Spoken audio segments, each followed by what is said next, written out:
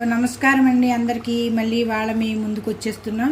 వాడపల్లి వారి కిచెన్ నుంచి కోడిగుడ్లు పులుసు అండి, తర్వాత మెంతికూర పప్పు అండి. ఈ రెండాట్లకి బాగుంటుందండి. పులుసు ఉన్న కాడ పప్పు ఉంటే కొద్దిగా తింటే మనకి తృప్తిగా ఉంటుందండి.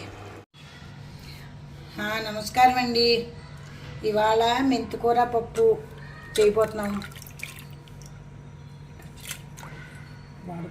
ఇదిగోండి మెంతికూర పప్పు. ఇందులోకి కందిపప్పు కడిగానండి బాగా 2 సార్లు, పౌడర్ ఉంటుందని. ఉల్లిపాయలు, పచ్చిమిరపకాయలు, ఇగో మెంతికూర 3 సార్లు కడిగానండి. ఉప్పేసి ముందు ఒక 10 నిమిషాలు వదిలేసానండి నీటిలోని.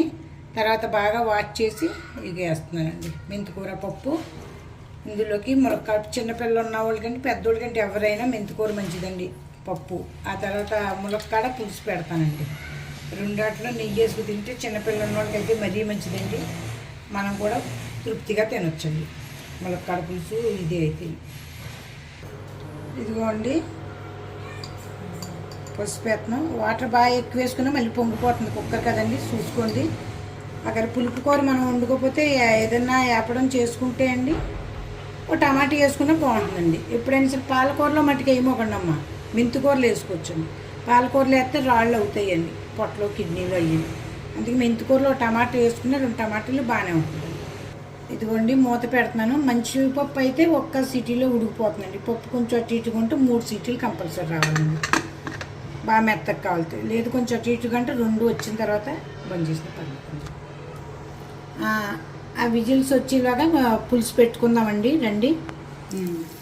ఇదిగోండి అటు మెంతికూర పప్పు అవుతుంది, ఇటు పులుసు పెడదామండి. ములక్కడ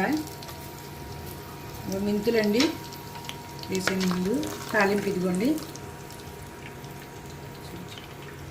మెంతులు వేసానండి. ఇదిగోండి తాలింపు చూడండి. ఆవాలు, జీలకర్ర, వెల్లుల్లిపాయ, కరివేపాకు, ఎండుమిరపకాయలు, మెంతులు అయితే వేసానండి ఆల్రెడీ. ఇదిగోండి వెల్లుల్లిపాయ కూడా వేస్తున్నాను. వెల్లుల్లిపాయలు చెదగొట్టేయండి అమ్మ, అలా వేసారంటే పేలిందండి మొక్క మీద పడుతుంది.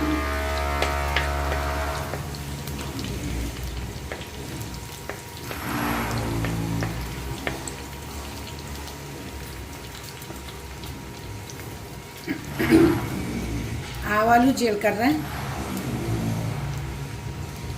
అవి కొద్దిగా లైట్గా వేగాక కరివేపాకు వేద్దామండి. ఇదిగోండి ఉల్లిపాయ ముక్కలు తరిగి పెట్టాను.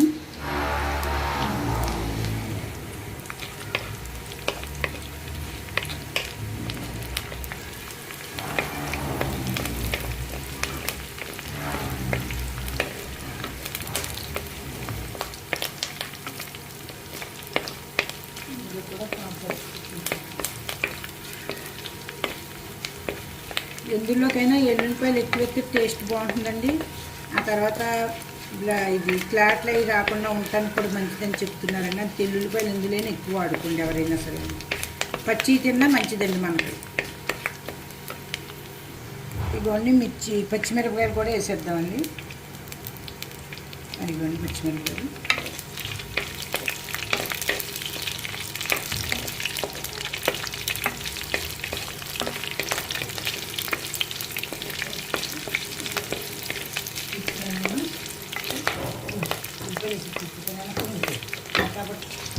ఎల్లుల్లిపాయలు బాగా కొట్టండి, లేకపోతే పేలితే మొహం మీదకి వచ్చేస్తాయండి. అదిగోండి బాగా గలగల్లాడిపోతున్నాయి ఇవి. ఒక్క నిమిషం అండి, ఉల్లిపాయలు వేసేద్దాం. ఉల్లిపాయ వేసామండి. ఉల్లిపాయలు వేసుకుని లైట్గా దోరగా వేయించుకోవాలి. ఉల్లిపాయలు వేసామండి. ఉల్లిపాయలు ఈ పులుసు నిన్న పెట్టేసుకుని ఇంకా బాగుందండి. చల్లగానే ఉంది కదా అని తెలిసి వాళ్ళు చేసుకున్నామని బద్దకించేవండి. ఇవ్వండి కొంచెం మూత వేద్దాం, మెల్లిగా మగ్గుతాయి. ఈ లోపల ములక్కాళ్ళు నీటిలో వేసామండి. కొంచెం శుభ్రం చేద్దాం అట్లని. ఇవ్వండి ములక్కాళ్ళు. ఇవ్వండి ఉల్లిపాయలు కొంచెం చేపి ఇలా వదిలేద్దాం, మూత పెట్టండి.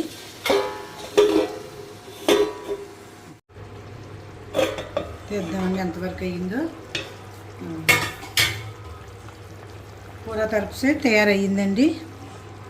ఊరికే మీకు వీడియోస్ తీయటానికి అంటున్నాను అనుకోకండి, రుచి కూడా చూసుకుని చేస్తున్నామండి. మీరు చేసుకుని చూసి ఇవిడ బాగానే పెట్టారు అనేసి ఏంటి అని అనుకోవాలండి. కామెంట్ చేయండి ప్లీజ్, సబ్స్క్రైబ్ చేసి లైక్ కొట్టండి. ఏదన్నా ఇదిగా ఉన్నా కానీ చెప్పొచ్చండి. ఇది కాదు మాకు ఆ కూర కావాలి, ఇంకూర ఈ రకం కావాలని చెప్పండి. ఇది సాయంత్రం పెట్టుకున్న డ్యూటీస్ వేసి వాళ్ళకి చెప్తున్నానని ఇంట్లో మగవాళ్ళు డ్యూటీస్ వేసి వాళ్ళన్న ఆడవాళ్ళు పొద్దున్నే లేగలేకపోతే రాత్రి పెట్టేసి ఉన్న శుభ్రం కోడిగుడ్డేసి పెడితే పులుసు పెడితే అండి మొన్న డ్యూటీ పెట్టుకెళ్తాను కూడా ఒక్కసారి ఎచ్చబెట్టేసేస్తే బ్రహ్మాండంగా ఉంటుందండి. థ్యాంక్ యూ అండి. చూడండి మరిన్ని వీడియోలతో మీ ముందుకు రావాలనుకుంటున్నాను. మీరు అభిమానించాలండి నన్ను. మీ సబ్స్క్రైబర్ నాకు ఎంతో పనికి వస్తుందండి. ఈ వయసులో కూడా నేను ఇలా చేస్తున్నానంటే మీ అందరి అభిమానం పొందాలని నేను మరి నా ఇంకా కొన్ని ఆశలు ఉన్నాయండి, అన్నీ తర్వాత చెప్తున్నాను.